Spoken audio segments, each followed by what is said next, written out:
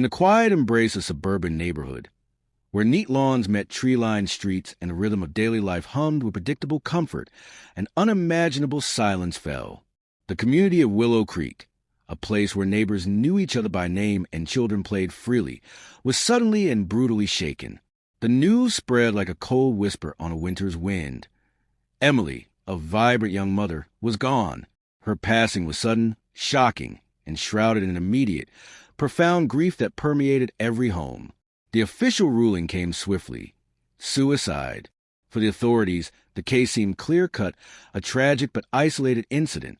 Yet, for those who truly knew Emily, this explanation felt like a cruel distortion of reality. Emily wasn't just a name. She was a force of nature. Her laughter was infectious, her spirit boundless, her presence a constant source of warmth and light. She was the kind of person who radiated joy, who faced challenges with resolute optimism, and who embraced life with an unparalleled enthusiasm. The idea of her, of all people, choosing to end her own life was simply incomprehensible. Friends and family struggled to reconcile the official narrative with the woman they loved. How could someone so full of vitality, so deeply connected to her young son, make such a devastating choice? Disbelief wore with sorrow, leaving a gaping void in the heart of the community. Conversations became hushed, filled with unanswered questions and a pervasive sense of unease. Emily's absence was a physical ache, her memory a constellation of vibrant moments now dimmed by an unbearable tragedy. The silence that had initially enveloped Willow Creek was now weighted with unspoken grief, a community grappling with a loss that defied understanding, leaving everyone to wonder what truly happened on that fateful day. In the days and weeks following Emily's tragic death, a heavy cloud settled over the small home she had shared with her son, Timmy. 6-year-old Timmy, usually a whirlwind of boundless energy and curious questions, had retreated into himself. His laughter, once a familiar sound echoing through the rooms, was now replaced by a quiet, unsettling solemnity. He was a child navigating a grief too profound for his young mind, grappling with an absence he couldn't fully comprehend. Children often possess an uncanny ability to perceive truths that adults, clouded by their own complexities and assumptions, might overlook. For Timmy, his way of processing the unfathomable was through the innocent, unfiltered lens of his drawings. He spent hours at his small art table, crayons clutched in his tiny hand, sketching scenes that, to the casual observer, might seem like the typical imaginative output of a young boy. But for his grandmother, who had stepped in to care for him, these drawings soon began to tell a different, far more disturbing story. Among the colorful scribbles of sunshine and stick figures, one particular drawing stood out with chilling clarity. It wasn't the haphazard lines of a child's fantasy. This was a scene etched with vivid, unsettling detail. It depicted a man, his form vaguely menacing, engaged in a struggle with a woman, and the woman, unmistakably, was Emily. But it wasn't just the image itself that sent a shiver down his grandmother's spine. Accompanying the drawing were unsettling details, stark symbols, and sometimes single, fragmented words that seemed to whisper a dark event, perhaps a dark shape in a corner, a distorted expression on one of the figures, or even just a raw, visceral energy emanating from the crayon strokes. It wasn't a playful drawing. It was a depiction of genuine fear and violence. Timmy would occasionally point to elements in the drawing, mumbling fragmented sentences about Daddy being mad or Mommy falling. These were not the ramblings of a child's nightmare. They were fleeting glimpses into a traumatic memory, fragments of scenes seared into his young mind. His behavior also mirrored the drawing's intensity. He became withdrawn, prone to sudden bursts of anxiety, and sometimes he would stare off into space, his eyes wide with unspoken terror. It was clear he was not just grieving. He was reliving something profound and horrifying. His grandmother, a woman of sharp intuition and an unwavering dedication to her grandson, felt a growing sense of dread. The official explanation of suicide simply did not align with Timmy's drawings, or his disturbed demeanor. She tried to gently coax more information from him, but the memories were too raw, too terrified for the 6-year-old to articulate fully. He would clam up, his small face clouding over, as if revisiting the memory caused him physical pain. She knew she couldn't dismiss this. A child's mind, particularly when traumatized, processes and expresses experiences in unique ways.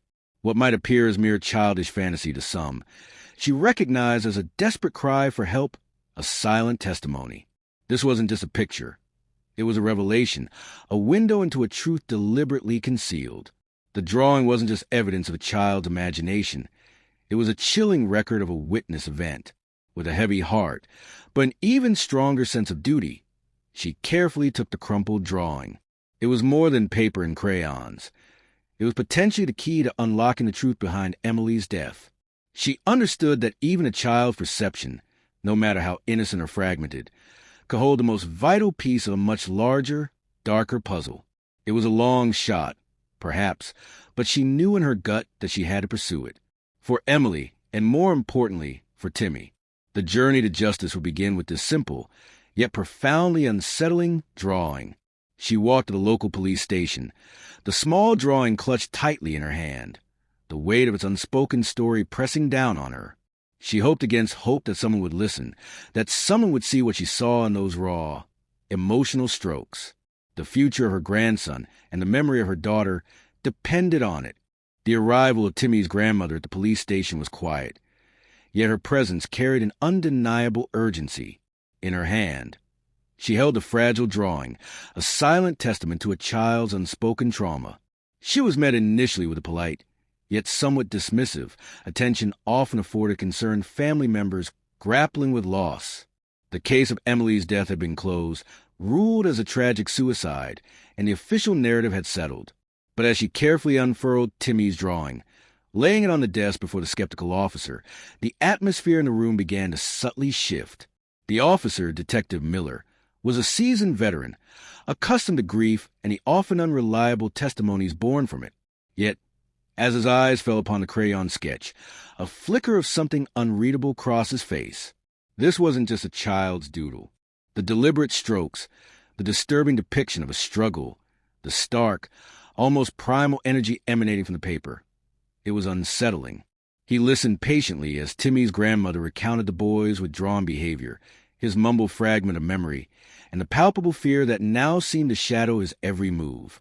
She spoke not with hysteria, but with a quiet conviction that resonated deeply. She wasn't asking for a miracle. She was presenting a puzzle piece that didn't fit the picture they had. Detective Miller, despite his initial reservations, felt a professional obligation. A child's trauma, however expressed, warranted attention. He took the drawing, assuring the grandmother that they would look into it. But privately, a seed of doubt had been planted. It was a faint whisper at first, challenging the neatly closed file on Emily's death. He consulted with his superior, Captain Davies, a man known for his meticulousness and his unwavering belief that every lead, no matter how unconventional, deserved proper consideration. Captain Davies, after examining the drawing and hearing Timmy's grandmother's testimony, agreed. The case, against all protocol and the common wisdom of a closed file, would be reopened. The decision sent ripples through the department. Reopening a suicide case, especially one with no new overt physical evidence, was an unusual step. It consumed resources, drew scrutiny, and often yielded nothing but frustration. But for Miller and Davies, the implications of Timmy's drawing were too profound to ignore. They understood that children, especially those of Timmy's age, rarely fabricate such specific details, particularly when trauma is involved. Their first step was a meticulous re-examination of the crime scene. The apartment, once processed and deemed clear, was now treated as a fresh canvas. Forensic technicians, armed with new directives, scoured every surface, every shadow, searching for anomalies previously overlooked. They utilized advanced techniques, employing new luminol sprays to detect trace amounts of blood, even those cleaned away, and alternate light sources to reveal fibers or residues invisible to the naked eye. They meticulously measured distances, angles, and trajectories, looking for anything that contradicted the official suicide narrative. Every scratch, every scuff mark, every displaced object was reevaluated, cataloged, and photographed. What if the initial assumption had skewed their perception? What if they had sought confirmation bias for a suicide rather than maintaining objective neutrality for a possible crime scene? Simultaneously, The autopsy reports, once a definitive summary, were pulled from the archives. Dr. Eleanor Vance, a highly respected forensic pathologist, was brought in for a second opinion. She approached the case with a fresh, unbiased perspective, re-examining every bruise, every cut, every internal finding. She looked for subtle signs of struggle, defensive wounds, or anomalies in the trajectory of the injury that might have been dismissed in the initial, rapid assessment. Her experience told her that suicides, while tragic, often left specific, identifiable patterns. Any deviation, however slight, could be a red flag. She meticulously reviewed the toxicology reports, the internal organ analyses, and the detailed anatomical descriptions. She was looking for anything that suggested foul play, however faint the indication. The most extensive part of the renewed investigation involved re-interviewing everyone connected to Emily. This wasn't just a casual chat. These were rigorous, detailed interrogations designed to expose inconsistencies, uncover hidden motives, and perhaps to break through layers of carefully constructed deception. Friends, neighbors, colleagues, everyone was asked to recount their interactions with Emily in the days and weeks leading up to her death. They were questioned about her mood, her habits, any recent conflicts or anxieties she might have expressed. The detective saw any subtle shifts in her demeanor, any undisclosed worries that might offer a new angle. Particular attention was paid to Emily's estranged husband, Mark. Their separation had been difficult, fraught with tension, and it was widely known that their marriage had been deeply troubled for some time. Mark was brought in for a lengthy interview. His alibi for the day of Emily's death was scrutinized with renewed intensity. Every minute was accounted for, every detail cross-referenced. The detectives probed his emotional state, his relationship with Emily, and any possible financial or personal grievances that might have existed between them. They observed his body language, his verbal cues, looking for any sign of deception, any deviation from a truthful narrative. The initial investigation had taken the story at face value, but now every word was weighed, every statement challenged. The simple drawing of a child had cracked open a world that had been carefully sealed, revealing potential for a far darker truth beneath the surface of Willow Creek's quiet facade. The silence was gone, replaced by the relentless hum of an investigation determined to uncover justice. As the reinvestigation gained momentum, the meticulously re-examined crime scene and the fresh eyes of Dr. Vance on the autopsy reports began to yield unsettling contradictions.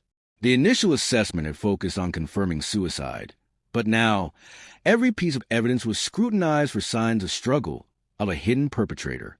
Detective Miller and Captain Davies found themselves poring over forensic reports, maps of the apartment, and photographic evidence, piecing together a narrative far more sinister than they had initially believed. The first major breakthrough came from the reanalysis of Mark's alibi during the initial inquiry. His account of his movements on the day of Emily's death had been accepted without significant challenge. He claimed to have been out of town on a business trip, providing receipts and hotel confirmations that seemed to corroborate his story. However, under the renewed scrutiny, inconsistencies began to surface. Financial records, cross-referenced with travel logs, showed a peculiar pattern of small, cash withdrawals in locations surprisingly close to Willow Creek, rather than the expected larger expense consistent with a distant business trip. Call records, once superficially checked, revealed calls made from burner phones, not his primary cell, pinging off towers within Emily's neighborhood on the very day she died. These weren't just discrepancies. They were deliberate attempts to obscure his true whereabouts, suggesting a carefully constructed web of deceit. The troubled history of Mark and Emily's marriage became increasingly relevant. While it was widely known they were estranged, the depth of their marital problems had been largely downplayed. Now, detectives began to unearth a torrent of previously unrecorded details. Neighbors, initially reluctant to speak ill of the deceased or involve themselves in domestic affairs, now came forward with accounts of heated arguments that had frequently spilled out of their home, disturbing the peace of the quiet neighborhood. One neighbor recalled seeing Mark's car parked outside Emily's house late at night on several occasions, despite their separation, suggesting continued, often acrimonious, contact. Friends revealed Emily's growing fear of Mark, recounting whispered phone calls where she expressed concern for her safety, mentioning threats and intimidation tactics he had employed in an attempt to control her. There were even older police reports, dismissed at the time as domestic disputes and resolved without charges, detailing instances where officers had been called to their residence due to loud altercations. These reports, once isolated incidents, now formed a chilling pattern of escalating conflict and Mark's increasingly aggressive behavior. The forensic analysis became the most damning evidence. Dr. Vance, with her sharp expertise, meticulously detailed findings that had been overlooked in the initial autopsy. She noted subtle bruising on Emily's wrists, almost imperceptible, yet consistent with being forcibly restrained. There were faint, crescent-shaped abrasions on her neck, easily missed but indicative of manual strangulation attempts. The trajectory of the main injury, initially deemed self-inflicted, was inconsistent with the physical mechanics of such an act. Vance's report outlined how the angle and depth suggested external force, a struggle rather than a deliberate, self-aimed motion. Furthermore, tiny skin fragments, collected from beneath Emily's fingernails during the initial processing, but not fully analyzed, now underwent DNA testing. The results were irrefutable. The DNA belonged to Mark. Emily, in her final moments, had fought for her life, leaving a silent testament to her struggle beneath her own fingernails. The meticulous re-examination of the crime scene also revealed crucial details. A broken vase, initially thought to be accidentally knocked over, was found to have shards embedded in the carpet in a pattern that suggested it had been violently thrown, not simply dropped. A rug was slightly askew, as if a struggle had taken place upon it. Microscopic fibers, invisible to the naked eye, were found on Emily's clothing that matched the unique upholstery in Mark's car, linking him directly to the scene in a way that defied his alibi. And perhaps most chillingly, a single, faint shoe print was discovered near the entry point, partially obscure but clearly indicating a larger shoe size than Emily's, a size consistent with Mark's footwear. Each piece of evidence, painstakingly uncovered and cross-referenced, built an undeniable, horrifying picture. The fragile thread of a 6-year-old's drawing had pulled open a deep, festering wound, revealing a meticulously concealed truth.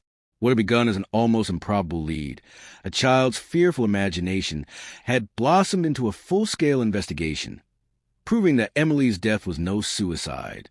It was murder, cold and calculated, orchestrated by someone who had been living a lie now exposed by the relentless pursuit of justice and the silent, innocent testimony of a frightened child. The walls were closing in on Mark, piece by agonizing piece, leaving him with fewer and fewer places to hide from the truth. The evidence against Mark was now overwhelming, a meticulously woven tapestry of forensic data, conflicting alibis and historical domestic violence. Detectives Miller and Davies had assembled an irrefutable case, each piece interlocking with the next, pointing inexorably to a single, horrifying conclusion. Emily's death was not a tragic accident or a desperate act of self-harm, but a cold-blooded murder.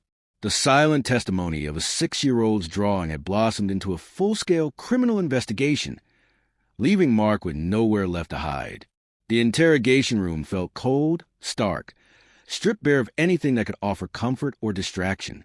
Mark sat opposite the two detectives, his initial veneer of aggrieved innocence having long since crumbled under the relentless pressure of their questioning.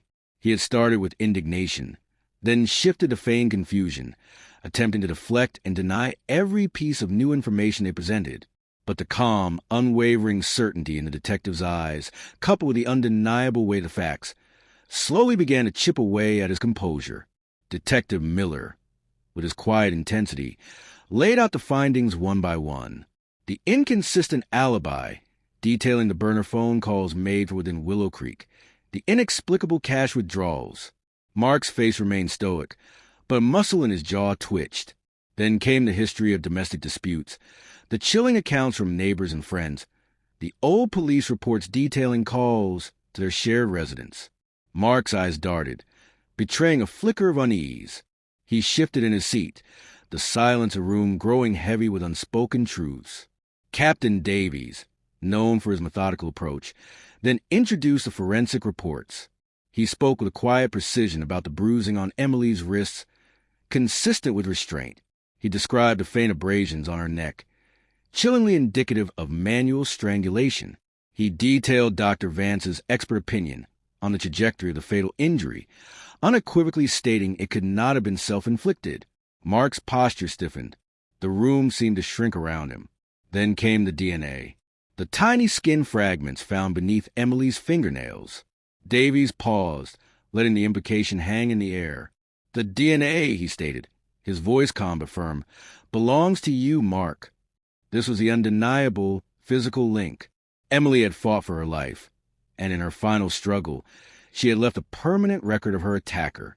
Mark's eyes widened almost imperceptibly, a tremor running through his body. He tried to speak, but only a strangled sound emerged. The calculated lies, the fabricated alibis, the carefully constructed facade of an innocent man. It was all collapsing around him. The detectives didn't rush him. They simply allowed the weight of the evidence to press down.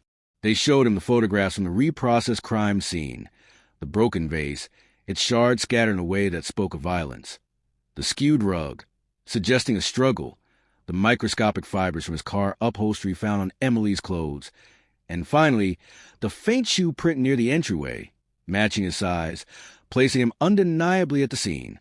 Each piece was a hammer blow, dismantling his defenses. Finally, Detective Miller brought out the drawing. Timmy's drawing, the one that had started it all. He placed it gently on the table between them. The vibrant crayon colors a stark contrast to the sterile environment.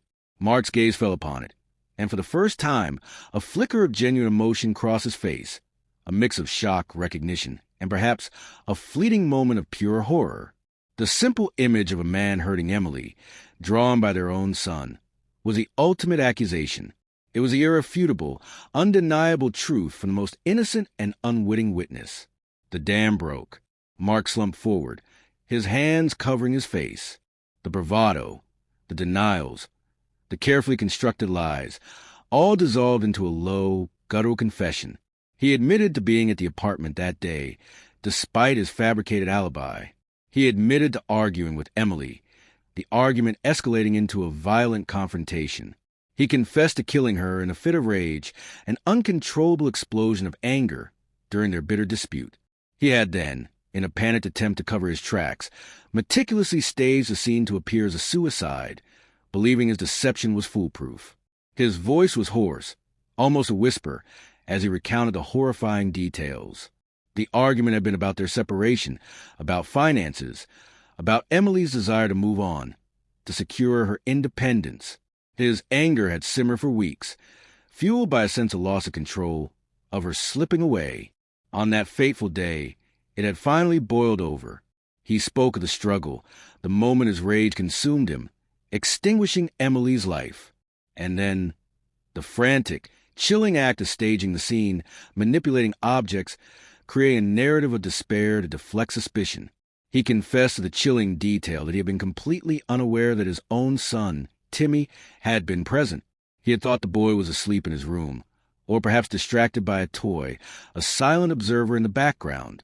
The revelation that Timmy had witnessed the entire horrific act, that the child's innocent hand had drawn the truth he had so desperately tried to bury, seemed to hit him with a fresh wave of shock, momentarily eclipsing even the reality of his own confession. He had tried to erase his crime, but a 6-year-old had drawn it for the world to see. The confession hung in the air, thick with the weight of shattered lives and a justice finally beginning to emerge from the shadows. The meticulous police work, the unwavering determination of Emily's grandmother, and the courageous, innocent revelation of a young boy had brought a killer to his knees, forcing the truth into the light. Mark's words confirmed everything the evidence had suggested, sealing his fate and setting the stage for the next inevitable chapter in this harrowing saga. The path to justice, though paved with profound sorrow, was now clear. With Mark's confession now on record, corroborated by a mountain of irrefutable forensic evidence and the haunting testimony from his own son's drawing, the wheels of justice began to turn with unyielding momentum. Mark was swiftly arrested and formally charged with first-degree murder. The news spread through Willow Creek like wildfire, bringing a complex mix of relief and renewed anguish. Relief that the mystery of Emily's death had been solved, but anguish over the devastating betrayal and the realization of the evil that had lurked so close to home. The anticipation leading up to the trial was palpable. This wasn't just another criminal case. It was a story that had gripped the community, a narrative of a mother's life brutally cut short and the unlikely bravery of a child who brought her killer to light.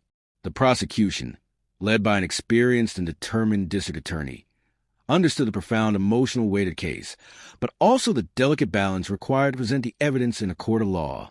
Their primary objective was to secure a conviction that honored Emily's memory and protected Timmy. The trial itself was a grueling process, unfolding over several weeks, each day bringing new revelations and raw emotions to the surface. The courtroom was packed, not just with legal teams and journalists, but with members of the Willow Creek community, all seeking closure and justice. The prosecution began by systematically dismantling Mark's character and his carefully constructed alibi. They called witnesses who testified to the turbulent nature of his marriage with Emily, recounting instances of his controlling behavior, his explosive temper, and the constant friction that had simmered beneath the surface of their public facade. Neighbors spoke of the loud arguments they had overheard, the visible tension between the couple, and Emily's increasing weariness. Friends shared poignant stories of Emily's growing fear, her quiet anxieties about Mark, and her hopes for a future free from his influence. These testimonies painted a stark picture of a man driven by possessiveness and rage, a far cry from the grieving husband he had initially pretended to be. Then came the forensic evidence, presented with meticulous detail by the lead detective and Dr. Eleanor Vance. Dr. Vance, a calm and authoritative figure on the stand, meticulously walked the jury through her findings. She used anatomical diagrams and clear, concise language to explain the subtle bruising on Emily's wrists, consistent with forcible restraint. She detailed the crescent-shaped abrasions on Emily's neck, unequivocally pointing to manual strangulation. She explained with scientific precision how the trajectory of the fatal injury was fundamentally inconsistent with a self-inflicted act, instead aligning perfectly with an external, violent force. Her testimony was powerful, leaving no room for doubt about the manner of Emily's death. The jury also heard about the microscopic fibers from Mark's car upholstery found on Emily's clothing, establishing his physical presence at the scene. They saw images of the disturbed crime scene, the broken vase, and the shifted rug, all indicators of a violent struggle rather than a peaceful, tragic end. And then, the ultimate physical link, the DNA evidence. The prosecution presented the irrefutable laboratory results, confirming that the skin fragments found under Emily's fingernails belonged to Mark. This was a definitive proof that Emily had fought for her life, leaving a silent, desperate fingerprint of her attacker. But the most pivotal and undeniably moving piece of evidence was reserved for a strategic moment in the trial: Timmy's drawing. The prosecution handled this with immense care, understanding the delicate nature of presenting a child's testimony, even if it was through art. Timmy himself was not called to testify in person, sparing him the trauma of the courtroom. Instead, his grandmother took the stand, her voice steady despite the obvious emotion. She recounted the days after Emily's death, Timmy's withdrawn behavior, and her growing concern. She then described the moment she first saw the drawing. The disturbing image of a man hurting his mother, the raw fear captured in crayon strokes, the fragmented words Timmy had uttered while pointing to the terrifying details. The drawing itself was then displayed prominently for the jury. It was a stark, almost primal image, yet undeniably clear in its depiction of struggle, a forceful interaction, and a mother in distress. The prosecution meticulously pointed out the elements that, when combined with the forensic evidence, formed a seamless narrative. The depiction of the male figure, the implied violence, the distressed expression on the woman. This wasn't just a child's drawing. It was a deeply symbolic and highly accurate depiction of the crime, seen through the eyes of its most innocent witness. It was a tangible representation of a child's memory, a silent scream captured on paper. The defense, for their part, attempted to discredit the evidence. They argued that the domestic dispute reports were exaggerated, common in many marriages. They tried to suggest that the forensic evidence could be misinterpreted, or that Emily's death was still an accidental fall during an argument rather than a deliberate act. They attempted to paint Timmy's drawing as the product of a traumatized child's vivid imagination, influenced by grief and perhaps even by the suggestive questions of his grandmother. They called character witnesses to speak to Mark's public persona, attempting to portray him as a respectable, if flawed, member of the community. But their arguments, however eloquently delivered, simply could not stand against the weight of the collective evidence. The alibi was too porous, the forensic findings too precise, and the drawing, in its profound simplicity, too compelling. Ultimately, the jury retired to deliberate. The tension in the courtroom was suffocating. After what felt like an eternity, but was in fact only a few hours, they returned. The verdict was unanimous. Mark was found guilty of first-degree murder. The gavel's final strike, resounding to the courtroom, brought a profound and complex sense of closure. Mark's conviction for first-degree murder was not a cause for celebration, but rather a somber acknowledgement that justice, however painful, had finally been served. For the community of Willow Creek, the verdict allowed a collective exhale, a release of the suffocating tension that had gripped them since Emily's sudden death. The truth, meticulously pieced together from forensic evidence, witness testimonies, and most remarkably, a child's drawing, had finally emerged from the shadows. In the immediate aftermath of the trial, the spotlight naturally turned to Timmy. The 6-year-old boy, an unwitting hero, had endured an unimaginable trauma. He had lost his mother in the most horrific way, and then, in a cruel twist of fate, discovered that his own father was her killer. The community, deeply affected by his story, rallied around it with an outpouring of compassion and support. Emily's grandmother, a pillar of strength throughout the ordeal, became Timmy's primary guardian, dedicating herself to creating a safe, nurturing environment where he could begin the arduous journey of healing. The healing process for a child who has witnessed such violence is not swift or straightforward. It's a winding path, filled with quiet moments of progress and unexpected setbacks. Timmy began regular sessions with child psychologists specializing in trauma. These sessions were not just about talking. They involved play therapy, art therapy, and gentle guidance designed to help him process the terrifying memories he carried. He learned to articulate his feelings, to express his fears, and slowly, to understand that what he had witnessed was not his fault, and that he was safe now. The psychologist worked closely with his grandmother, equipping her with strategies to support Timmy, to recognize signs of distress, and provide consistent reassurance. It was a testament to his grandmother's unwavering love and the psychologist's patient expertise that Timmy gradually began to emerge from profound withdrawal that had initially consumed him. His laughter, once a rare and fleeting sound, began to return, sometimes softly, sometimes with the unrestrained joy characteristic of a child his age. Beyond the immediate family, the community of Willow Creek demonstrated its profound empathy. Neighbors organized meal trains, providing sustenance and comfort to Timmy and his grandmother.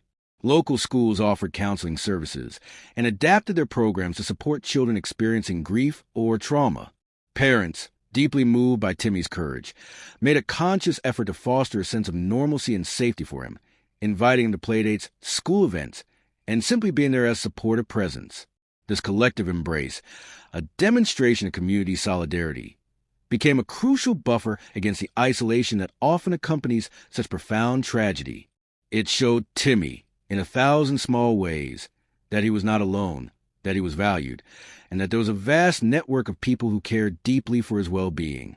The case of Emily's murder and Mark's conviction resonated far beyond the confines of Willow Creek.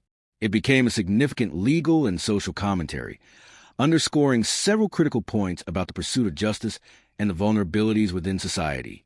Most notably, it highlighted the critical significance of thorough investigations. The initial ruling of suicide, while perhaps expedient, had almost buried the truth. This case served as a stark reminder to law enforcement agencies globally about the dangers of confirmation bias and the absolute necessity of scrutinizing every detail, no matter how seemingly insignificant. It emphasized the need for a persistent and unbiased approach, advocating for follow-up investigations when new information, however unconventional, arises. The re-examination of the crime scene, the meticulous reanalysis of forensic data, and the renewed interrogations were all held up as exemplars of due diligence, proving that sometimes justice demands a second, deeper look. Furthermore, the case powerfully underscored the need to consider all perspectives, especially those of children. In many criminal investigations, the testimony of young children is often viewed with skepticism, sometimes dismissed as unreliable or products of vivid imagination. Timmy's drawing shattered that preconceived notion. His innocent crayon strokes, initially dismissed by some, proved to be the single most pivotal piece of evidence, cracking open a closed case and leading directly to a murderer's confession. This outcome prompted crucial conversations within legal, psychological, and social work communities about how best to interpret and utilize children's expressions of trauma. It emphasized that children, even those too young to articulate complex narratives verbally, possess unique observational skills and processing mechanisms. Their art, their play, and their behaviors can be profound windows into hidden truths, and society has a moral and legal obligation to listen, to observe, and to validate these forms of communication. Training for police officers, social workers, and even educators began to incorporate lessons from Timmy's case, stressing the importance of not dismissing a child's account, but rather exploring it with sensitivity and professional acumen. The story also sparked broader discussions about domestic violence and the insidious ways it can remain hidden, even in seemingly peaceful communities. The revelation of Mark and Emily's troubled marriage, the history of arguments, and Emily's whispered fears brought to light the reality that violence often lurks behind closed doors, affecting individuals from all walks of life. It reinforced a message that reports of domestic disputes should never be taken lightly, and that comprehensive support systems are crucial for victims. In its conclusion, the narrative of Emily's murder and the justice that followed serves as a profound and poignant reminder. It is a testament to the unyielding courage of young Timmy, whose innocent drawing, born from terror and grief, ultimately brought a killer to justice. His small hand, guided by an indelible memory, drew a line in the sand, separating lies from truth, injustice from accountability. He may not have understood the full weight of his actions at the time, but his artwork resonated with an undeniable power, forcing the world to confront a brutal reality that had been deliberately concealed. Timmy's bravery, in its purest and most unadorned form, became a beacon of hope in a profoundly tragic story. It illustrated that even the most vulnerable among us can possess extraordinary strength, and that their voices, when listened to with care and respect, have the power to illuminate the darkest corners of human behavior. The case of when a 6-year-old son's drawing solved a horrifying murder stands not just as a legal precedent, but as a deeply human story about loss, resilience, and the quiet, unwavering power of truth to ultimately prevail, forever shaped by the courageous spirit of a little boy. Thank you for watching. Like, share, and subscribe for more.